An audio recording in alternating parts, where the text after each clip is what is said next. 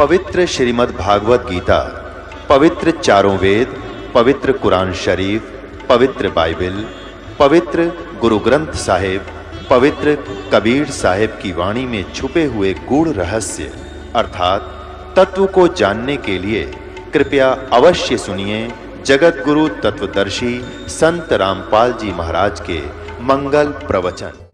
अब कैसे बनाऊं महात्मा? परमात्मा ने कहा कि मैं इस समुद्र को रोकूंगा, अब ये नहीं आएगा, तू मंदिर बनवा। उसकी पत्नी ने फिर सहारा दिया कि मैं गहने दे दूंगी, अब बना लो। लेकिन इंद्र दमन राजा की हिम्मत नहीं पड़ी थी, उसका दिल टूट चुका था। एक दो बार घटना हो जाए आदमी उसी में दिक्कत में बहुत चिंतित हो जाता है। तो सपने में श्री कृष्ण दिखाई दिए। यह खेल सारे मालिक के ही थे, आप बना कृष्ण रूप बनाया और कहा कि इंद्र दमन, जो महात्मा तुझे कल मिला था वृद्ध, इसकी शक्ति का कोई वार पार नहीं है। आप इसको खोज कर इसके चरणों में प्रार्थना करना और ये समुद्र रोक देगा। आप इसकी बात पर विश्वास करना। अब इंद्र दमन सूता उठते अपनी पत्नी से, सुबह उठते कहा अपनी पत्नी से कि ऐसे ऐसे श्री कृष्ण जी दिखाई दिए थे, एक महात्मा कल दरबार में आया था और वो बता के गया था कि मैं वहां रहता हूँ। लेकर सैनिकों को, बॉडी गार्डों को, अपनी पत्नी को साथ लेकर देखा, वो तो बैठे, वो तो इंतजार कर रहे थे, माला ले रहे हाथ में, एक लीला कर रहे थे। चरणों में मत्था टेकिया और कहा भगवान, हम आप समुद्र रोक दो, मैं बना दूंगा मंदिर। परमात्मा ने कहा कि एक चबूतरा बना दे, चौरा कहते हैं हम, यहाँ चबूतरा कहते हैं। ये समुद्र जिधर से समुद्र उठकर आता है उस किनारे पर, समुद्र के किनारे पर एक चौरा बना दे, चबूतरा, वहां बैठ कर मैं भजन करूंगा भगवान का। वो तो लीला कर रहे थे भगवान का तो मंदिर टूटने लग रहा, भगवान ना बचा पा रहा जिसको हम भगवान मानते थे। तो परमात्मा बोले ठीक है, चबूतरा तराश का पत्थर बड़ा बढ़िया वो बना दिया, चबूतरा, चौरा बोलते हैं उसको। और वहां परमात्मा बैठ के माला लेकर, एक वो समरणी, ऐसे समरणी होती है, ये एक हाथ सारा लेकर बैठ जाते हैं, उसको फावड़ी सी बोल रहे हैं उसको, वो साथ में लेकर बैठ गए। मंदिर बनकर तैयार हो गया, कति और मूर्ति उधर से मालिक ने बनाई दी थी। वह समुद्र एकदम उठा, 40 फुट ऊंचा, और तूफान का रूप धारण किया। और परमात्मा ने ऐसे कर दिया, अब जहां वो था समुद्र वहीं रुक गया। इतना वेग से आ रहा था वो पानी, ऐसा रुक गया जैसे पहाड़ बन जाता है, ना नीचे जावे ना ऊपर, ना आगे ना सरके, वहीं खड़ा हो गया। इस जल स्रोत का एक देवता है, उसका नाम समुद्र है। वैसे वरुण नाम है, वरुण के अंतर्गत एक समुद्र नाम का अन्य असिस्टेंट है। तो वो समुद्र आएगा वहां पर विपर रूप धारण करके और कहा भगवान मुझे जाने दे आगे, यानी चलने दे मेरे जल को, जो मैंने आज्ञा दी है इसको जाने दो जल को आगे। परमात्मा ने कहा क्या करेगा तू आगे जाकर? कि इस मंदिर को तोड़ूंगा। परमात्मा बोले कि ये ऐसा वैसा मंदिर नहीं है, इसमें कोई पाखंड पूजा नहीं चलेगी, इसके अंदर कथा करा करेंगे भगवान की, और कोई ऐसा वैसा मंदिर नहीं है जिसमें किसी को भ्रमित किया जाता हो। और ये एक भवन है भगवान का, यह कथा होती है, इसको मत तोड़ तू। मंदिर को तोड़ा नहीं करते। तो वो कहने लगा नहीं मैं अवश्य तोड़ूंगा। परमात्मा बोले जा फिर तोड़ दे, जा तोड़। कहने लगा मैं आपकी शक्ति के सामने मैं निष्क्रिय हो गया हूं, आपसे अर्ज करता हूं आप हट जाओ रास्ते से। अगर नहीं, अब नहीं हट सकता, मैंने वचन दे रखा है। तू क्यों तोड़ता है इसको, तेरे क्या दुश्मनी है तेरी इसके मंदिर के साथ? तब समुद्र ने कहा कि जब ये श्री कृष्ण, ये जगन्नाथ श्री राम रूप में था, इसने मेरी बेइज्जती करी थी, इसने मुझे डरा धमकाया था, अग्नि बाण दिखाया था, मेरी इंसल्ट करी थी, उसका बदला लूंगा, इसको खत्म करूंगा, नहीं बनने दूंगा इसका यहाँ पर। तब परमात्मा ने कहा कि देखो इसको तो तू तोड़ नहीं सकता, तेरी में हिम्मत है तो तोड़ दे। फिर कहने लगा जी मुझे कोई विकल्प बताओ, मेरी इज्जत रह जाए। कहने लगे जाके उसकी द्वारका को डुबोले, वो खाली पत्थर खाली पड़ा है, और यहाँ आसपास भी नहीं आ जाना, 1 मील दूर भाग जाए यहाँ से, तेरी खैर नहीं, अगर फिर भी तो दोबारा इधर आ गया था। आज प्रमाण है, जगन्नाथ के मंदिर को दास देख कर आया था, सिर्फ कुछ भक्तों को साथ लेकर ये देखने के लिए कि वास्तविकता है क्या। वहां पर कबीर पंथियों द्वारा सुरक्षित वो चौरा स्थान, वो चबूतरा भी है, वहां एक अच्छा मकान सा बना रखा है, उसके ऊपर एक मंदिर सा बना रखा है यादगार बनाए रखने के लिए। और उन्होंने भी यही कथा सुनाई कि यहाँ बैठकर भगवान कबीर परमेश्वर जी ने समुद्र रोका था। मंदिर वहां से लगभग 1.5 किलोमीटर दूर है, इतनी दूर समुद्र हो गया वहां से। तो उधर से द्वारका को समुद्र ने अपने अंदर समा लिया, उसका खत्म कर दिया द्वारका भी। अपन आत्माओं, ये कथाएं हमने जो रियल ज्ञान था सुना नहीं था, और इन हमारे धर्म गुरुओं ने हमारे को लोक वेद दंत कथा सुना रखी थी, हम मूर्ख बना रखे थे, हम रंग दिए उस झूठे रंग में। अब सच्चे रंग ज्ञान को सुनते सुनते हमारी जो है ना मन कई बार बगावत करता है, फड़कता है, लेकिन कहाँ तक फड़केगा, आखिर में टेकना पड़ेगा इस मन को, क्योंकि अज्ञान से ये उस रंगा था, तो ज्ञान इसके अंदर अब समा जाएगा, तो ये अपने आप सेट होगा। अब क्या होता है, देखो आपको हिंदुस्तान के अंदर हिंदुओं को खूब पता है कि आज से 500 1000 वर्ष पहले, 600 वर्ष पहले, 100 वर्ष पहले, 50 वर्ष पहले कितनी छुआछात थी, हमने देखी खुद। हरिजनों को, छोटी जाति वाले जो मानते थे, इनको मंदिर में तक घुसण भी नहीं दिया करते, बाहर खड़े खड़े ये अपना कोई मांग मूंग लेते, जो लेना देना होता बाहर ही दे दिया करते, इनको टुकड़े टाकड़े। इतनी छुआछाती, मंदिर में प्रवेश नहीं करने देते थे, केवल पुजारी ही वहां जाते थे, या कोई स्वर्ण जाति के ही मंदिर में प्रवेश होते थे। अब आप देखते हो, शुरू से जब से जगन्नाथ का मंदिर बना है उसमें छुआछात नहीं है। क्यों? उसमें भगवान बदल गया या विधान बदल गया इन धर्म गुरुओं का, वहां क्यों नहीं छुआछात? कोई जवाब नहीं इनके पास। अब सच्चाई क्या है ये दास बताएगा। जब वो मंदिर बनकर तैयार हो गया और मूर्ति स्थापना कर दी, अगले दिन उसकी पूजा करनी थी, वो प्राण प्रतिष्ठा के है ना, वो करनी थी। देख अकल मारी जा रही हमारी। कारीगर तो मूर्ति बनावे और पुजारी उसमें प्राण डाल है, और फिर हम पूजा उस पत्थर ने। बता, ये थी पूजा हमारी।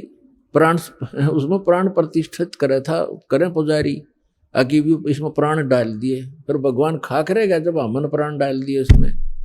अकल मारी जा रही थी हमारी, कोई ज्ञान नहीं था, कोई आधार नहीं था। तो फिर क्या हुआ, सुबह चले पांडे पूजा करने के लिए, राजा भी साथ में, रानी भी साथ में, सैनिक भी साथ में, आगे आगे पांडे। और परमात्मा वहां घूमते थे, उनको पता था ये शूद्र है।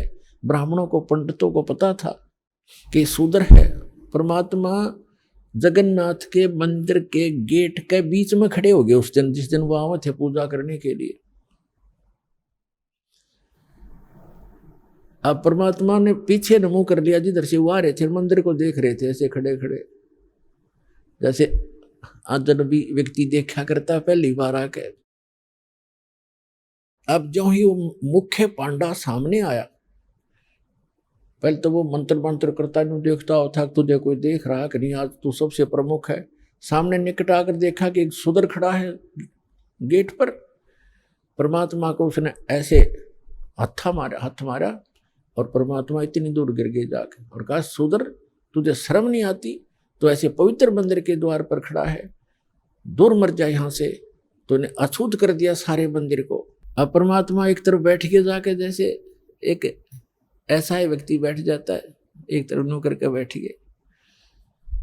अंदर जाकर क्या देखते हैं, वो तीनों मूर्ति उस अछूत का रूप धारण किए हुए हैं।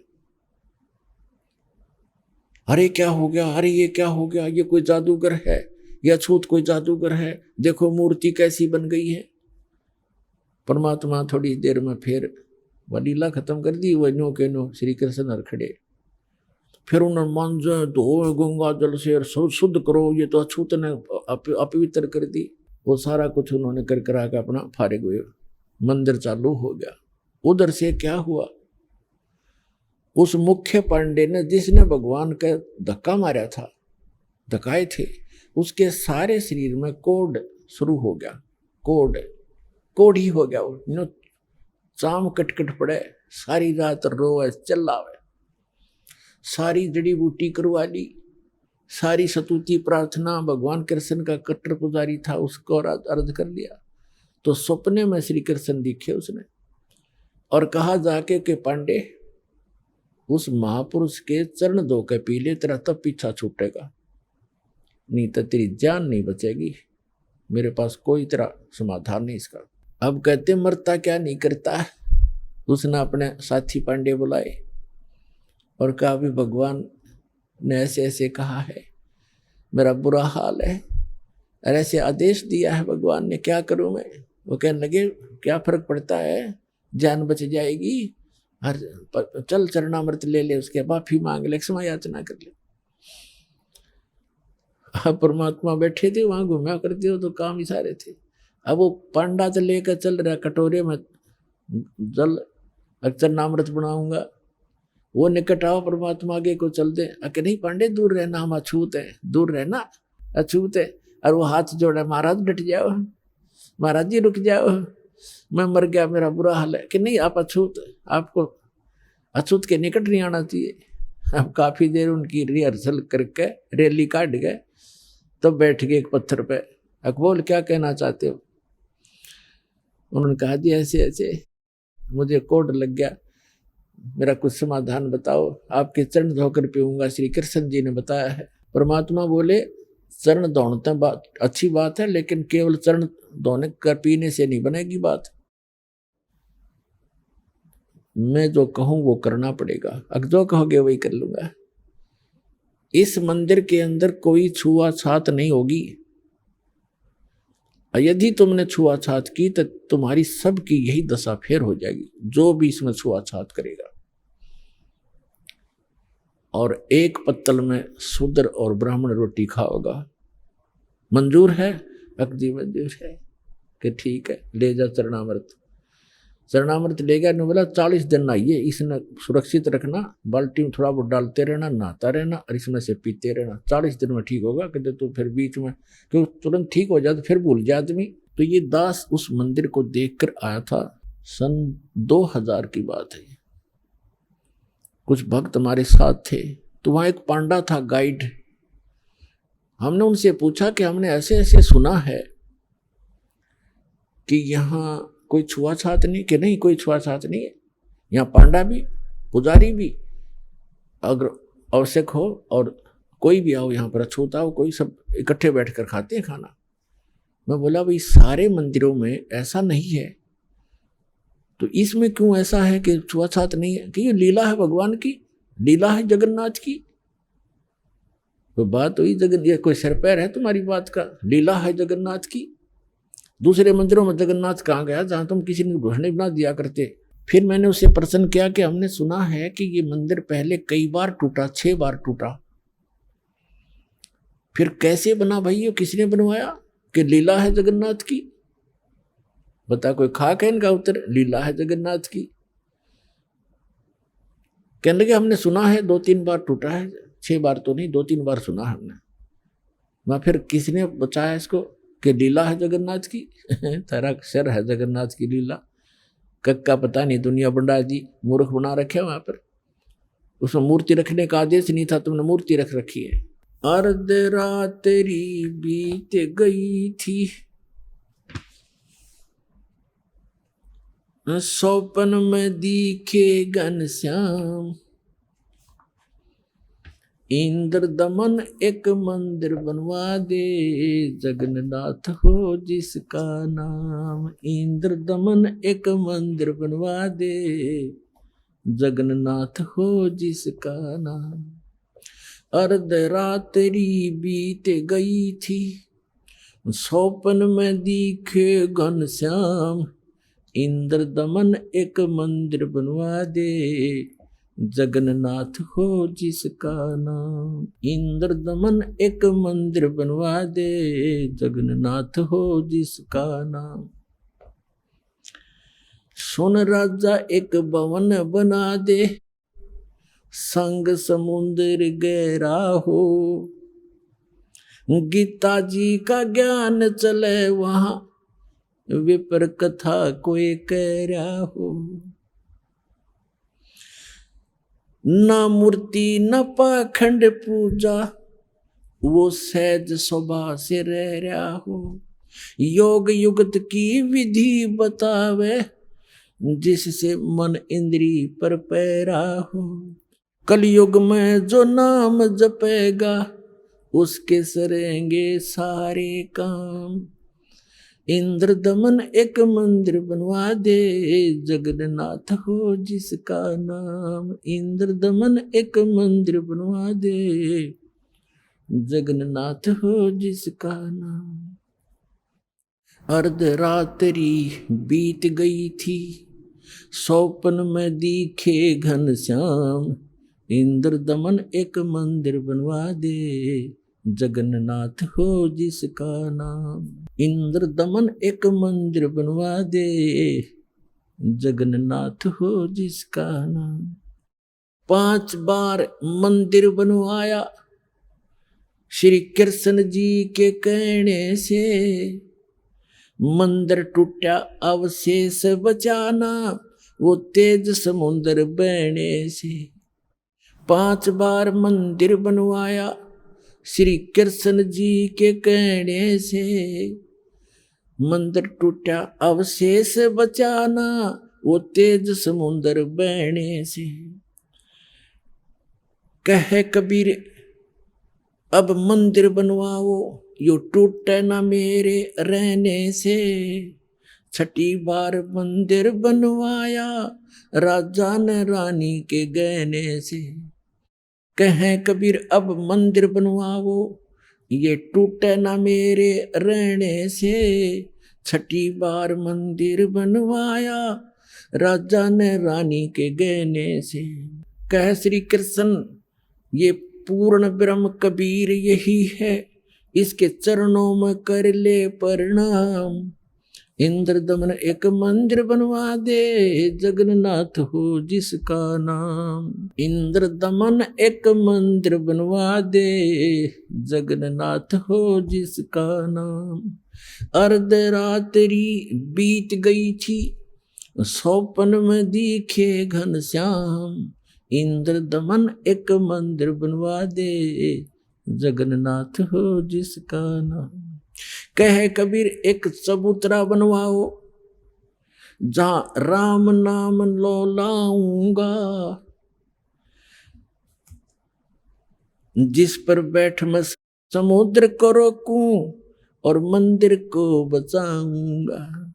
कहे कबीर एक चौरा बनवा दे, जहां बैठ राम नाम लो लाऊंगा। जिस पर बैठ समुद्र को रोकूं, और मंदिर को बचाऊंगा। अब कहे समुद्र उठो भगवान, मैं मंदिर तोड़ने जाऊंगा। राम रूप में इसने मुझे सताया, वो बदला लेना चाहूंगा। कहे समुद्र उठो भगवान, मैं मंदिर तोड़ने जाऊंगा। राम रूप में इसने मुझे सताया, वो बदला लेना चाहूंगा। अग्निबाण से इसने रास्ता मांगा, और कहा था मुझको नीच गुलाम। इंद्र दमन एक मंदिर बनवा दे, जगन्नाथ हो जिसका नाम। इंद्र दमन एक मंदिर बनवा दे, जगन्नाथ हो जिसका नाम। अर्धरात्रि बीत गई थी, स्वप्न में दिखे घनश्याम। इंद्र दमन एक मंदिर बनवा दे, जगन्नाथ हो जिसका नाम। इंद्र दमन एक मंदिर बनवा दे, जगन्नाथ हो जिसका नाम। श्री कृष्ण जी की पूरी द्वारका, परमात्मा ने कहा समुद्र से, श्री कृष्ण जी की पूरी द्वारका, उस पर जाकर लाओ घात। इधर समुद्र बहर जो आ गया, तो ठीक नहीं रहेगी बात। कृष्ण जी की पूरी द्वारका, उस पर जाकर लाओ घात। और सुनो समुंदर ज इधर फिर आ गया, ठीक नहीं रहेगी बात। 1 मील वो सागर हट गया, जोड़ करके दोनों हाथ, और पूरी द्वारका डबोली थी, वो श्री कृष्ण जी की बिगाड़ी जात। 1 मील समुंदर हट गया, जोड़ करके दोनों हाथ, और पूरी द्वारका डबोली फिर श्री कृष्ण जी की बिगाड़ी जात। पर्वत की जो रुक्या समुद्र, पर्वत की जो रुक्या समुद्र, ऐसे जगन्नाथ का बन गया धाम। इंद्र दमन एक मंदिर बनवा दे, जगन्नाथ हो जिसका नाम। इंद्र दमन एक मंदिर बनवा दे, जगन्नाथ हो जिसका नाम। अर्धरात्रि बीत गई थी, सौपन में दिखे घनश्याम। इंद्र दमन एक मंदिर बनवा दे, जगन्नाथ हो जिसका नाम। इंद्र दमन एक मंदिर बनवा दे, जगन्नाथ हो जिसका नाम। वर्द कारीगर बन के आए, वो बंदी छोड़ कबीर करतार। हाथ पैर प्रतिमा के रह गए, धक्के ते दिए खोल कवाड़। वर्द कारीगर बन कर आए, बंदी छोड़ कबीर करतार। हाथ पैर प्रतिमा के रह गए, वो धक्के ते दिए खोल कवाड़। अछूत रूप में साहेब आए, खड़े हुए थे बीच द्वार। पांडे जी ने धक्का मारा, कह करके न नीच गुलाम। अछूत रूप में साहेब आए, खड़े हुए थे बीच द्वार। पांडे जी ने धक्का मारा, कह करके न नीच गंवार। कोड लग्या वो पांडा रोवे, कोड लग्या वो पांडा रोवे, और काया का गल गया सब शाम। इंद्र दमन एक मंदिर बनवा दे, जगन्नाथ हो जिसका नाम। इंद्र दमन एक मंदिर बनवा दे, जगन्नाथ हो जिसका नाम। इंद्र दमन एक मंदिर बनवा दे, जगन्नाथ हो जिसका नाम। अर्धरात्रि बीत गई थी, सौपन में दिखे घनश्याम। इंद्र दमन एक मंदिर बनवा दे, जगन्नाथ हो जिसका नाम। इंद्र दमन एक मंदिर बनवा दे, जगन्नाथ हो जिसका नाम। चरण धो पांडे ने पिए, चरण धोकर पांडे ने पिए, ज्यों की तो फिर होगी खाल। और कहे कबीर सुनो सब पांडा, यहाँ पर छुआ छात की न चाल चाल। चरण धोकर पांडे ने पिए, ज्यों की तो फिर होगी खाल।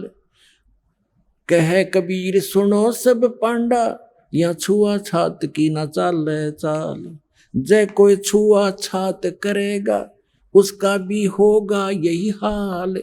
एक पत्तल में दोनों जिम्मे, वहां पंडा गुलाम रामपाल। जय कोई छुआ छात करेगा, उसका भी होगा यही हाल।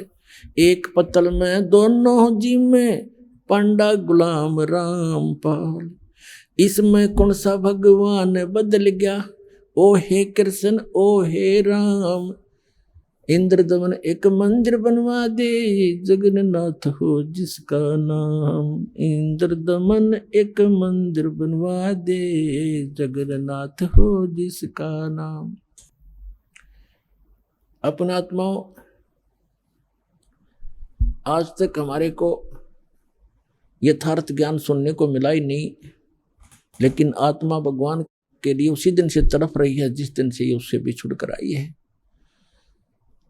और आज परमात्मा ने उस ज्ञान को ऐसा निखारा है, ऐसा उभारा है कि अब इस कलयुग में ये कोई भी इसको उलझा नहीं सकेगा, मिटा नहीं सकेगा। और जिनको भगवान की भक्ति करनी होगी वो भक्त पार बहुत आसानी से हो जाएंगे, क्योंकि अभी तक हमें दिशा ठीक मिली नहीं थी।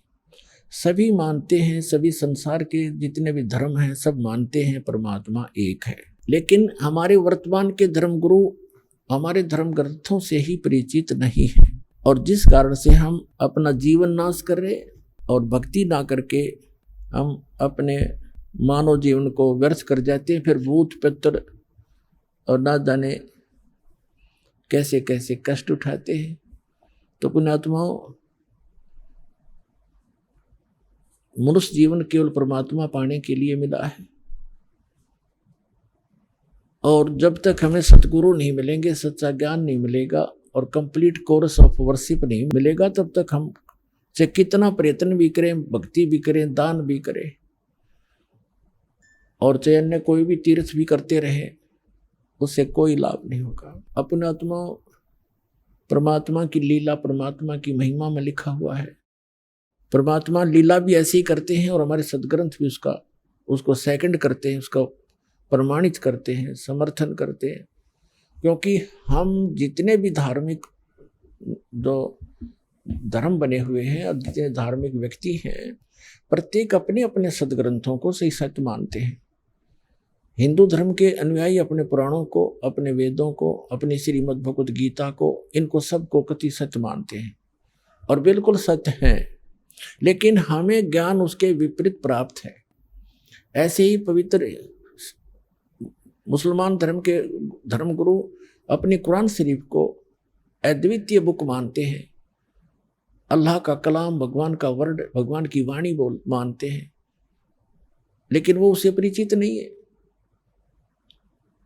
और इसी प्रकार पवित्र ईसाई धर्म के जितने भी व्यक्ति हैं, अपने पवित्र बाइबल 3 पवित्र बुकों का संग्रह है, जिसमें एक है तौरेत, दूसरी जंबूर और तीसरी इंजिल।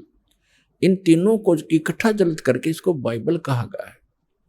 और इसमें प्रथम ही यानी उस तौरेत के अंदर उत्पत्ति ग्रंथ है, उसके अंदर पहले अध्याय में लिखा है कि परमात्मा ने मनुष्य सब सृष्टि और रचना करके पृथ्वी बना के जल जंतु सब बना करके उसके बाद मनुष्य कहा कि मैं अपने जैसा बनाऊंगा। और ऐसे परमात्मा ने मनुष्य को अपने जैसा उत्पन्न कर दिया, नर और नारी करके उसकी सृष्टि की। और किसी भी उसने पूछ लो, आप ईसाई धर्म के श्रद्धालु को पूछ कर देखो कि what is form of God, वो कहेगा गॉड इज फॉर्मलेस। भगवान कैसा है? भगवान निराकार है। और फिर वो पवित्र बाइबल क्या बता रहा है? अब ऐसे पवित्र सिख धर्म के अनुयायियों ने पूछ कर देखो कि वो परमात्मा निराकार है।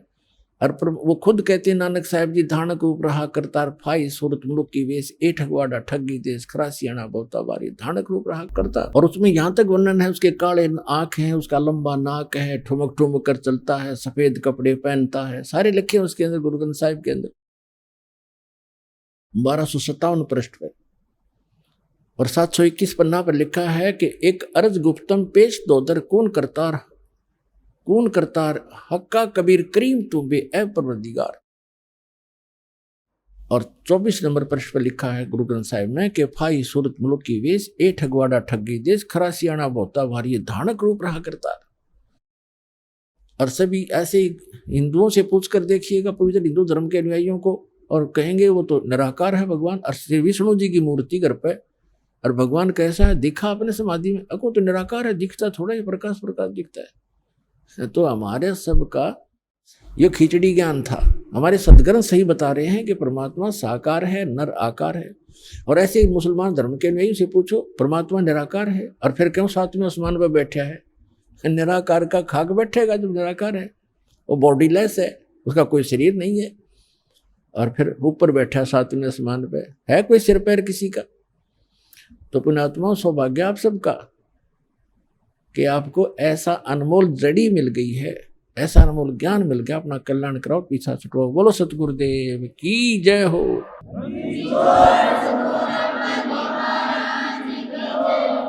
परम पिता परमात्मा पूर्ण ब्रह्म, सारी सृष्टि के रचनहार, कुल मालिक कबीर देव, कबीर साहेब, कबीर परमेश्वर जी की असीम रजा से आप सभी पुण्यात्माएं सत्संग श्रवण करने के लिए उपस्थित हुए। जिस प्राणी का बहुत ही पुण्य उदय हो जाता है उसको मानव शरीर प्राप्त होता है। मानव शरीर प्राप्त प्राणी के अंदर जो परमात्मा प्राप्ति की इच्छा प्रबल होती है वो विशेष पुण्यकर्मी प्राणी होते हैं। उनमें से आप एक हैं जो परमात्मा की विशेष आत्माएं हैं जिनको सत्संग सुनने का समय उपलब्ध हुआ। ये 5 दिवसीय सत्संग आज समापन होने जा रहा है। ये किस उपलक्ष्य में है पहले भी बताया था, आज भी नए श्रद्धालु आते हैं उनको जानकारी देते हैं। ये वो शुभ दिन है कि इस दिन परमेश्वर कबीर जी परम अक्षर ब्रह्म सर्वशक्तिमान सर्वसृष्टि रचनहार अपनी प्यारी आत्माओं को यथार्थ ज्ञान प्रदान करने के लिए और सत भक्ति बताने के लिए अपने परम धाम से सतलोक से चलकर आए थे। वो प्रत्येक युग में ऐसी लीला करते हैं। हमारे पवित्र चारों वेद इसके साक्षी हैं। ऋग्वेद मंडल नंबर 9 सूक्त 1 मंत्र 8 और 9 में,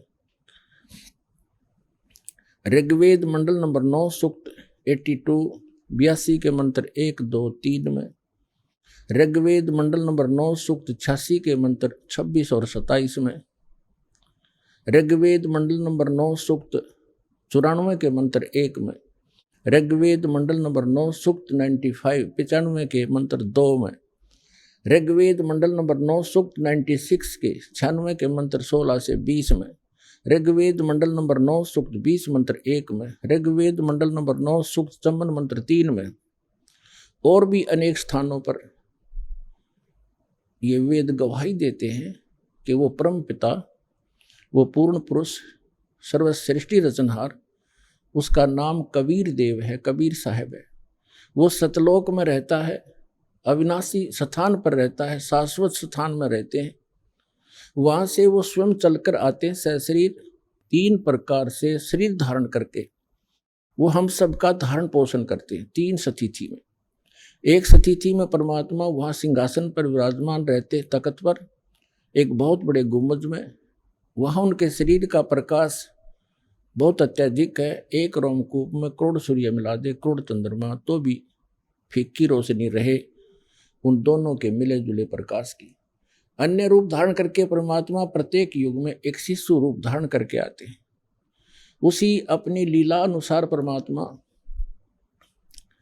सन 1398 संवत 1455 ज्येष्ठ सुदी पूर्णमासी, जो आज ये शुभ दिन हम मना रहे हैं, इस दिन वो परमात्मा यहाँ आए थे और उस परमेश्वर ने हमारे लिए एक विशेष उपहार दिया, ये सत्य ज्ञान और सत्य साधना, जिसको प्राप्त करके हम अपने उस स्थान पर चले जाएंगे जिसके विषय में श्रीमद् भगवद गीता अध्याय नंबर 15 के श्लोक नंबर 4 में कहा है। गीता ज्ञान दाता कहता है कि तत्वदर्शी संत की प्राप्ति के उपरांत परमेश्वर के उस परम पद की खोज करनी चाहिए जहां जाने के बाद साधक फिर कभी लौटकर संसार में नहीं आते। गीता ज्ञानदाता अपने विषय में कहता है गीता अध्याय नंबर 2 के श्लोक नंबर 12 में, गीता अध्याय नंबर 4 के श्लोक 5 और 9 में, गीता अध्याय नंबर 10 के श्लोक नंबर 2 में कि अर्जुन तेरे और मेरे बहुत जन्म हो चुके हैं, आगे भी होते रहेंगे, ना तू अविनाशी है ना मैं अविनाशी हूँ। इसलिए उसने कहा 18वें अध्याय के 62वें श्लोक में कि अर्जुन तू सर्वभाव से उस परम अक्षर ब्रह्म की, उस परमेश्वर की शरण में जा जो गीता ज्ञानदाता से अन्य है। उसकी कृपा से तू परम शांति को और सनातन परम धाम को प्राप्त होगा, जहाँ जाने के बाद फिर कभी लौटकर संसार में जन्म मरण के चक्कर में नहीं आते।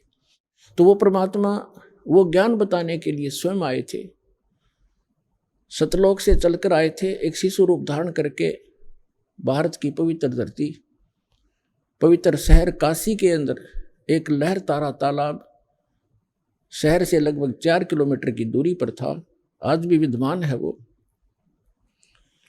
उसमें विकसित कमल के फूल के ऊपर आकर एक शिशु रूप धारण करके परमात्मा विराजमान हुए थे। एक नीरू नीमा नाम के जुलाहा थे, उनके इसी जन्म की थोड़ी सी हिस्ट्री सुनाते हैं। वो पहले ब्राह्मण थे, गौरी शंकर और सरस्वती उनका नाम था। वो दोनों भगवान शिव के परम भक्त थे, बहुत निस्वार्थ भाव से कथा किया करते थे, किसी भी जनता को भ्रमित नहीं करते थे। जो भी दक्षिणा उनको प्राप्त होती थी उससे अपना निर्वाह करते थे, और शेष बचे धन को, दीक्षा से प्राप्त शेष बचे धन को भंडारा कर दिया करते थे, संग्रह संचन नहीं करते थे। इस बात से मुसलमान बहुत अक्षुब्ध हुए। उनको ये भी मालूम था कि अन्य ब्राह्मण जो हैं गुरु, वो गौरी शंकर से ज़्यादा ईर्ष्या रखते हैं, क्योंकि उनका बोलबाला उनसे अधिक हो गया था, क्योंकि वो निस्वार्थ कथाएं किया करते थे। अन्य केवल गुमराह किया करते थे, जंतर मंतर करके दुनिया को भटका भरमा के अपनी रोजी रोटी किया करते थे। मुसलमानों को इस बात की चिंता हुई कि ये गौरी शंकर हिंदू धर्म का प्रचार घना कर रहा है और इसको मुसलमान बनाया जाए। उनको ये भी मालूम था कि अन्य धर्मगुरु जो ब्राह्मण हैं वो इससे ईर्ष्या रखते हैं, इसका साथ नहीं देंगे, जिस कारण से उनको उसी जन्म में बाई फोर्स मुसलमान बना दिया था।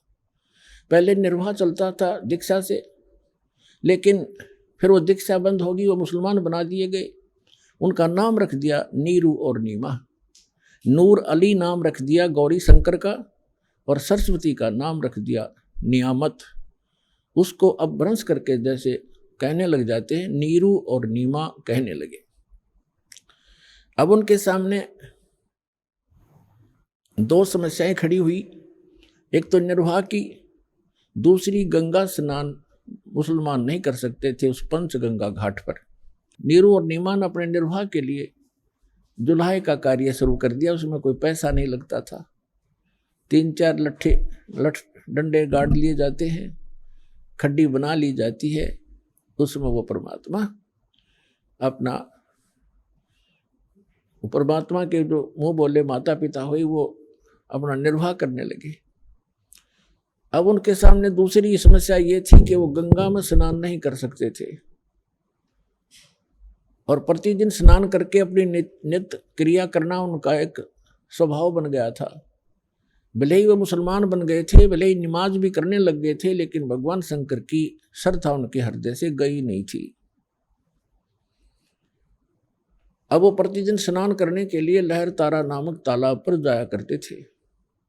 ब्रह्म मुहूर्त में प्रतिदिन स्नान करके आते थे। और लहर तारा तालाब कैसे बना था? वर्षा के दिनों में दरिया गंगा बहुत फुल भर के चलती है, कई बार ओवरफ्लो भी कर जाती है, और लहरों के द्वारा गऊ घाट के ऊपर से लहरों से पानी उछल उछल कर एक गड्ढे में चला जाया करता था, और वो एक बहुत बड़े सरोवर का रूप बना लेता है।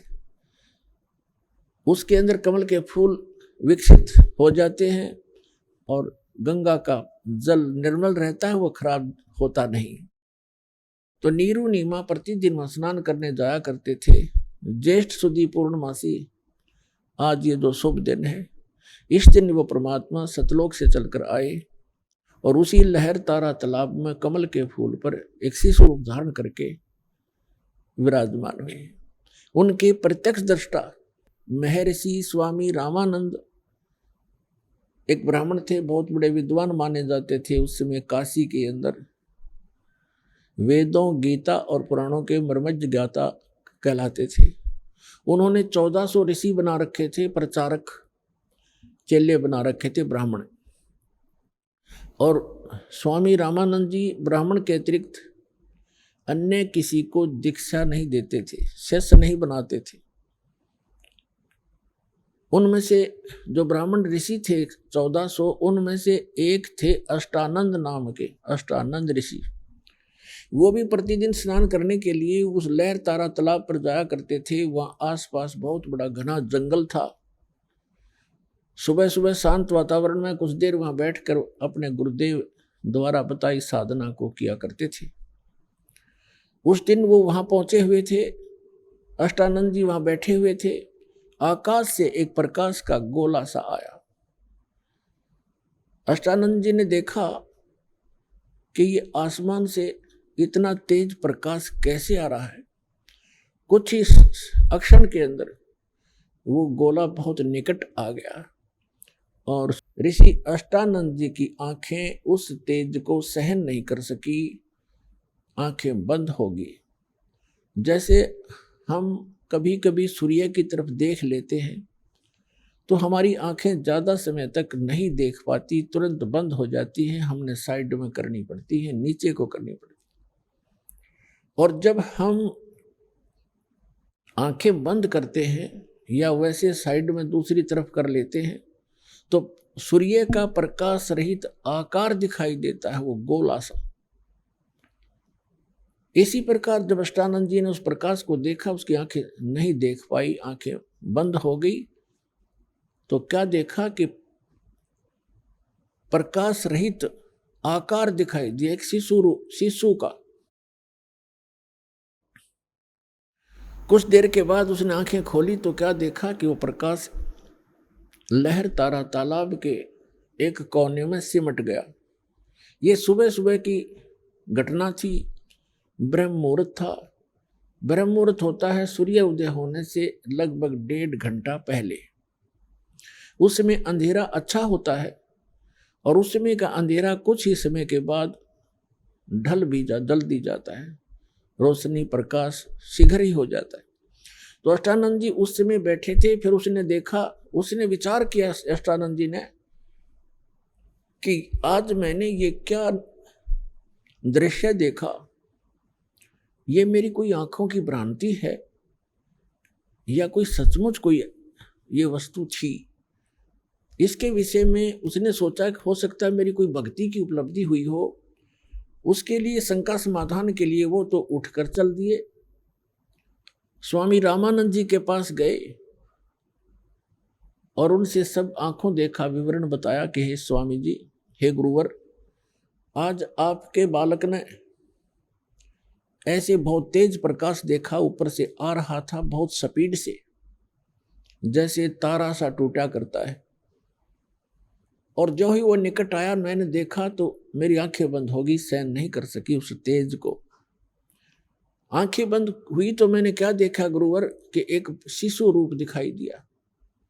दोबारा मैंने आंखें खोली तो सामने क्या देखा कि वो प्रकाश उस लहर तारा तालाब के एक कोने में सिमट गया। फिर मुझे कुछ दिखाई नहीं दिया अंधेरे में। ये मेरी कोई भक्ति की उपलब्धि है या कोई मेरी भ्रमना है, भ्रांति है? इसका समाधान कीजिए। स्वामी रामानंद जी ने कहा कि बेटा, ऐसे जो लक्षण होते हैं वो ऊपर के लोकों से अवतार गण आते हैं और वो यहाँ किसी माँ के गर्भ में प्रवेश करेगा। कोई ऊपर से अच्छी आत्मा देव आए हैं और वो यहाँ किसी माता के बहन के गर्भ में रहेगा और फिर यहाँ आके अपनी जीवन लीला करेगा। अब जैसा भी स्वामी रामानंद जी को ज्ञान था उसने अपने शिष्य का समाधान कर दिया। इनको इतना ही मालूम है कि इनके भगवान श्री राम, श्री कृष्ण और भी जितने ये 9-24 अवतार बताते हैं, ये सभी माँ से ही जन्म लेकर के उन्होंने यहाँ लीलाएं की। इनको उस अजन्मा भगवान की जानकारी नहीं है, इसलिए अपने शिष्य का जैसा शंका समाधान वो कर सकते थे कर दिया। अष्टानंद जी संतुष्ट हुए। उधर से क्या था कि नीरू नीमा बहुत वर्षों विवाह को हो चुके थे, उनका संतान नहीं थी और जिस बहन को संतान ना हो उसको केवल एक ही वस्तु की डिमांड रहती है, वो कहीं जा ले जाए। क्योंकि हमारे समाज का कुछ ऐसा ढांचा बिगड़ गया, ऐसी परंपरा बिगड़ गई, ऐसा एक हमारे अंदर ये ऐसा समा गई ये लोकलाज कि जिस बहन को पुत्र ना हो वो सहन नहीं कर सकती कि लोग उसे बांझ कहें, चाहे परमात्मा की रजा से ही उसको बच्चे ना हो रहे हो। तो काफी वर्ष बीत गए थे और लगभग 60 वर्ष के आयु होगी थी नीरू और नीमा की, उनका संतान नहीं थी। और ऐसे ही कोई आकर के टोक देता है, कोई रिश्तेदार, कोई अड़ोस पड़ोस का, और घर आके चर्चा कर देता है कि आपको कोई संतान नहीं है, एक बालक तो चाहिए था। अब वो ना चाहते हुए भी अगर थोड़ी बहुत भूल गिरे तो इस तरह की कोई न कोई इंजेक्शन युग काल लगवा ही देता है। ऐसे उसकी कोई रिश्तेदार आई, नीमा की कोई जान पहचान की बहन, उसने सारी रात यह चर्चा रखी, एक बालक तो भगवान ने देना चाहिए था, और आप जैसे अच्छी आत्मा और बिना बालक के जिसका संतान नहीं है, उसको तो कोई सुबह सुबह देख कर भी मुंह मोड़ लेता है। ये हमारे धर्म गुरुओं की कमी रही है कि उन्होंने ऐसा भ्रम जाल फैला दिया कि जिसके संतान नहीं है वो आदमी, वो व्यक्ति मनहूस है।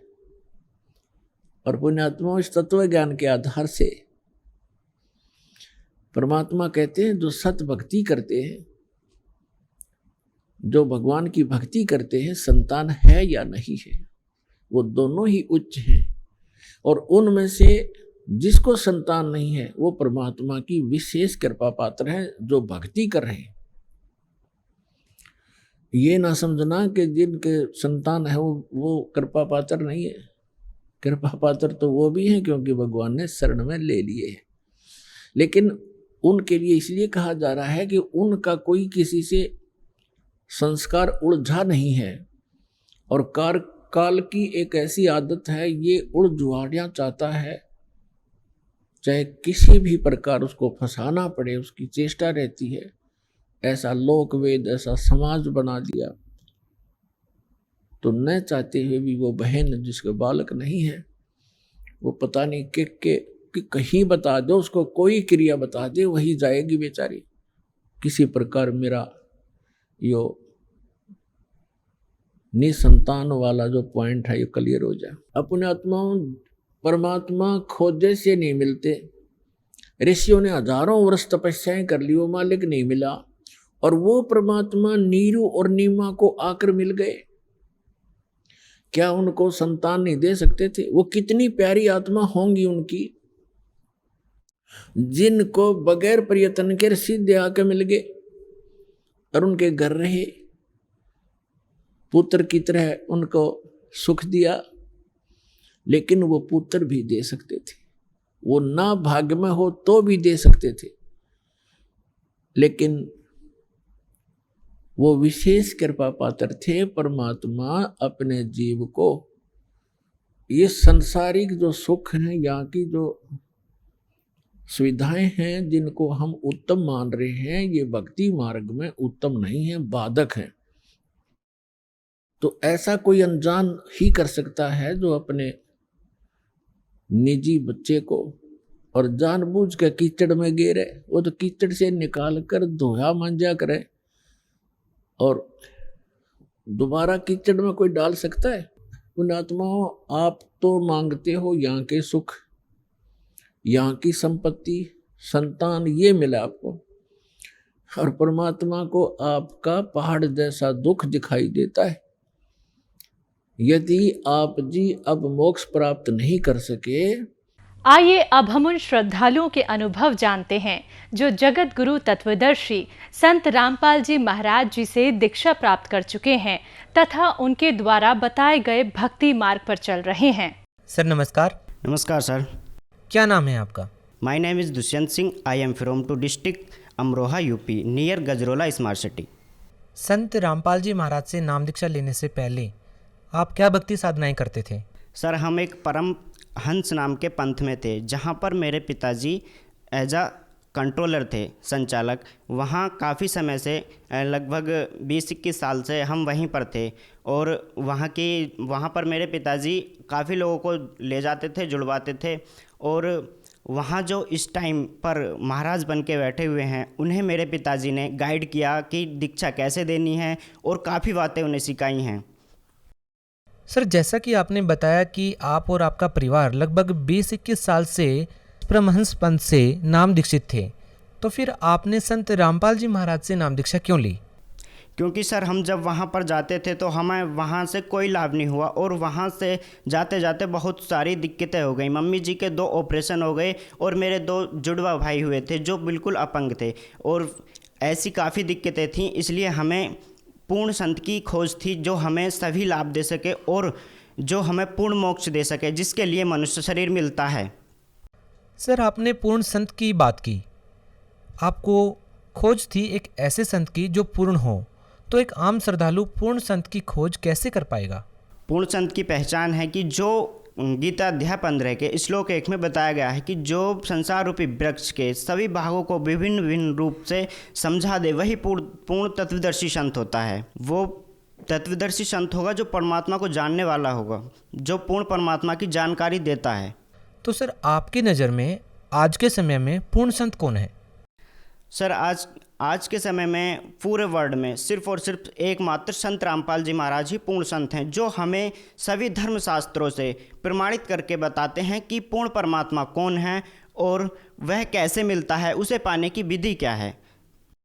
सर, हमारा सवाल ये है आपसे कि आप जब दूसरे संतों की शरण में थे तो आपको कोई आध्यात्मिक लाभ, आर्थिक लाभ, भौतिक लाभ नहीं मिल रहा था। संत रामपाल जी महाराज की शरण में आने के बाद आपको वो लाभ मिले जो आप चाहते थे? हाँ जी सर, काफ़ी लाभ मिले और as a day by day लाभ मिलते रहते हैं, लेकिन मैं कुछ मोस्टली लाभ बताना चाहूँगा। जैसे कि मेरा एक्सीडेंट हुआ था एक, उसमें क्या था, मैं और मेरे अंकल जी हम एक मिल में गन्ने का ट्रॉली लेके जा रहे थे और ट्रैक्टर की काफ़ी स्पीड थी, जिसकी वजह से ट्रैक्टर का बैलेंस बिगड़ गया था। और जब चाचा जी ने बैलेंस संभालने के लिए ब्रेक लिए ट्रैक्टर के, तो ट्रॉली पलट गई थी और ट्रॉली उस साइड पलटी थी जिस साइड सीट पर मैं बैठा था। इसलिए मैं गन्ने और ट्रैक्टर के बीच में पूरी तरह से बिछ गया था, जिससे मुझे सांस लेने में भी तंगी हो रही थी और निकलना तो मुझे लग रहा था कि आज मेरी लाइफ का लास्ट डे है, बच नहीं पाऊँगा। लेकिन मुझे संत रामपाल जी महाराज जी की याद आई और मैंने उनका नाम मन में सुमरण किया और तुरंत मैं बाहर आया। मुझे पता नहीं चला था कि मैं कैसे बाहर आया और कुछ देर बाद मैं सड़क के किनारे लेट गया और मुझे थोड़ा सा हल्का हल्का सांस आने लगा। और उस टाइम मैंने एक घर से ही पेन किलर रखी थी, जिसका मुझे कोई एहसास नहीं था या मुझे कोई प्रॉब्लम नहीं थी, लेकिन मालिक ने बुद्धि पता नहीं मालिक ने ही कहा कि मैंने ऑटोमेटिक एक पेन किलर ली और उससे पेन किलर को खाया और मुझे काफ़ी रिलीफ हुआ। और उसके बाद हम जब वो जो पलटा हुआ था उसे गन्ने को भरने के लिए अदर गांव से एक गाड़ी लेकर आए थे और उसे जब पहुंचाने गए तो मैं कम से कम इस हालत में 3-4 किलोमीटर भाग के गया था। मालिक की दया से मतलब मुझे ऐसा नहीं लगा कि मेरे साथ कुछ हुआ है। और एक और लाभ बताना चाहूँगा कि मेरी मम्मी को लाइपोमा हो गया था साइड में, तो उनके लिए ऑपरेशन बोला गया था, तो उन्हें हमने मुरादाबाद में हॉस्पिटल में एडमिट कर दिया गया। और जब उनका ऑपरेशन स्टार्ट हुआ तो ऑपरेशन खुल चुका था, लेकिन वो सक्सेसफुल नहीं हो रहा था। डॉक्टरों ने हार मान ली थी कि ये ऑपरेशन हमसे नहीं होगा। पापा जी को सूचना दी कि आपकी वाइफ का ऑपरेशन हमारे बस की करना नहीं है, आप जहाँ चाहें ले जा सकते हो। लेकिन हालत गंभीर थी, ऑपरेशन बड़ा था, अगर कहीं ले जाते तो शायद कुछ भी हो सकता था। तब पापा जी ने संत रामपाल जी महाराज को याद किया और कहा, तब तक पापा जी ने नाम नहीं लिया था, लेकिन पापा जी ज्ञान समझ चुके थे और उन्होंने याद करके कहा कि अगर आप पूर्ण संत हो तो ये ऑपरेशन जो अनसक्सेसफुल हुआ है इसे सक्सेसफुल करो। मैं आज से ही आपको अपना गुरु मानूंगा, अदर किसी को नहीं मानूंगा। तो जो डॉक्टर चला गया था छुट्टी पे कि अब ये ऑपरेशन नहीं होगा, तो वो वापस आया। वापस क्या आया, वो संत रामपाल जी महाराज ने उसे प्रेरणा दी, वो वापस आया और ऑपरेशन सक्सेसफुल किया, जिससे संत रामपाल जी महाराज बताते हैं कि करे करावे साइयाँ मल में नहल उठाए, दादू सिरधर जीप के आप बगल हो जाए। तो उसे जो प्रेरणा दी वो हमारे संत रामपाल जी महाराज ने दी और संत रामपाल जी महाराज जी की कृपा से वो ऑपरेशन सक्सेसफुल हुआ और आज मेरी मदर बिल्कुल ठीक है। एक लाभ और बताऊंगा, जैसे मैं स्टडी करता था, 12th में था, तो रूम ले रखा था गजरोले में। तो वहाँ पर नाइट में मेरे पेट में काफ़ी तेज़ पेन हुआ, जबकि मेरे पास कोई पेन किलर नहीं थी। तब मुझे पेन हुआ, तो मुझे असहनीय पेन हुआ, तो मैंने संत रामपाल जी महाराज जी को याद करके और जहाँ पर मेरे पेन हो रहा था वहाँ पर हाथ रख के उनका जब एक बार जाप किया तो उस पेन का जाप करते करते पता नहीं, और आज तक मेरे पेट में कोई पेन नहीं हुआ है। और काफ़ी बार मुझे संत रामपाल जी महाराज ने बाइक एक्सीडेंट होने से बचाया है। जैसे कि मैं और मेरे ग्रैंडफादर कहीं से आ रहे थे, तो रास्ते में मुझे बाइक चलाते चलाते नींद आ गई, और मुझे ये काफ़ी दूर तक चलती रही, मुझे ये नहीं पता कि मैं बाइक कहाँ चल रही है या मैं बाइक पर हूँ। तो एक साइड में कार खड़ी थी, तो उसके साइड में एक नाला बन रहा था, काफ़ी गहरा नाला था। वहाँ से मेरी बाइक उस कार के साइड में से गई और नाले में जाके सीधी खड़ी हो गई, मतलब ऑटोमेटिक रुकी, अपना आप बंद हुई, मतलब कोई हमें चोट नहीं आई। ऐसा मालिक ने हमें बचाया, संत रामपाल जी महाराज ने वहाँ। और ऐसे ही एक बार मैं अपने फ्रेंड्स के साथ हसनपुर से आ रहा था, तब रास्ते में उधर से खाली ट्रैक्टर आ रहा था ट्रॉली सहित, उसकी स्पीड काफ़ी तेज़ थी, तो उधर से हमसे वो ट्रैक्टर मिनिमम 2 मीटर की दूरी पर होगा। तो वहाँ से एक जिस साइड हम चल रहे थे, तो ट्रॉली का पहिया निकला और काफ़ी स्पीड से था, तो थोड़ा सा ही फैसला था, अगर वो पहिया हमारे गाड़ी के पास आगे लग जाता तो शायद कुछ भी हो सकता था। तो संत रामपाल जी महाराज ने हमारी वहाँ भी रक्षा करी। तो ऐसे ही बहुत लाभ होते हैं संत रामपाल जी महाराज की दया से, हमें इस टाइम बहुत लाभ हुए हैं और दिन पे दिन लाभ होते ही रहते हैं। दुष्यंत जी, देखिए आप एक शिक्षित व्यक्ति हैं। आज के ज़माने में एक आम श्रद्धालु कैसे विश्वास करेगा कि किसी संत से नाम दीक्षा लें और नाम दीक्षा लेने से ही उनको आर्थिक और भौतिक लाभ मिलने लग जाएं? सर, ऐसे लोगों को आप क्या कहना चाहेंगे? सर, आज का जो पढ़ा लिखा समाज है, मैं उनसे यह कहना चाहूँगा कि आज तक जो आपने भौतिक ज्ञान शिक्षा को समझा है, आप ये जो आध्यात्मिक शिक्षा है, ये भौतिक शिक्षा से बहुत अलग है। एक बार आप संत रामपाल जी महाराज जी के द्वारा बताई गई भक्ति करके, उनसे जो नाम उपदेश लेकर उनकी भक्ति करके देखिए, आपको ऐसे लाभ होंगे कि आपने सपने में भी नहीं सोचा होगा। क्योंकि अब जो आज का जो समाज है वो मनमुखी साधनाएं कर रहा है, शास्त्रों के अनुसार साधना नहीं कर रहा, जिसके कारण मनमुखी साधना करने से कोई भी लाभ नहीं हो सकता। इसलिए सभी लोगों में ये है कि साधना करने से कोई लाभ नहीं हो सकता, तो ऐसा कुछ नहीं है। मैं आपको गारंटी देता हूँ, एक बार संत रामपाल जी महाराज का ज्ञान समझकर उनसे नाम उपदेश लेकर भक्ति करके देखिए, आपको 100% लाभ होंगे। मुझसे भी अच्छा इंटरव्यू आप देंगे कि हाँ, मुझे संत रामपाल जी महाराज द्वारा कितने कितने लाभ हुए हैं। सर, भगत समाज को आप क्या संदेश देना चाहेंगे? सर, मैं आज की युवा पीढ़ी को संदेश देना चाहता हूँ कि जो हम किसी जॉब के लिए या नौकरी के लिए हार्ड स्टडी या स्ट्रगल करते हैं और फिर भी हम अपने गोल को अचीव नहीं कर पाते क्योंकि हमारे प्रारब्ध में नहीं होता है, तो एक बार संत रामपाल जी महाराज जी से नाम उपदेश लेकर सद्भक्ति करिए, जिससे आपके अगर प्रारब्ध में नहीं है तब भी संत रामपाल जी महाराज अपने कोटे से आपको जॉब और सभी सुख दे सकते हैं। अगर कोई व्यक्ति संत रामपाल जी महाराज से नाम दीक्षा लेना चाहता है तो वो उनसे नाम दीक्षा कैसे ले सकता है? संत रामपाल जी महाराज जी से नाम दीक्षा लेना आज बहुत ही आसान हो गया है। आप किसी भी सोशल मीडिया प्लेटफॉर्म पर जैसे फेसबुक, इंस्टाग्राम, यूट्यूब, गूगल वगैरह पर संत रामपाल जी महाराज सर्च करके संत रामपाल जी महाराज जी के सत्संग सुनिए, और सत्संग के नीचे कुछ नंबर्स आते हैं जिन पर आप कांटेक्ट करके अपने डिस्ट्रिक्ट का सेंटर, नज़दीकी सेंटर से नाम दीक्षा ले सकते हैं। और संत रामपाल जी महाराज जी के नाम से एक ऐप है जिसे प्ले स्टोर से डाउनलोड करके आप सारी इन्फॉर्मेशन, सत्संग वगैरह वहाँ से भी सुन सकते हैं। जी, बहुत बहुत धन्यवाद। Thank you sir.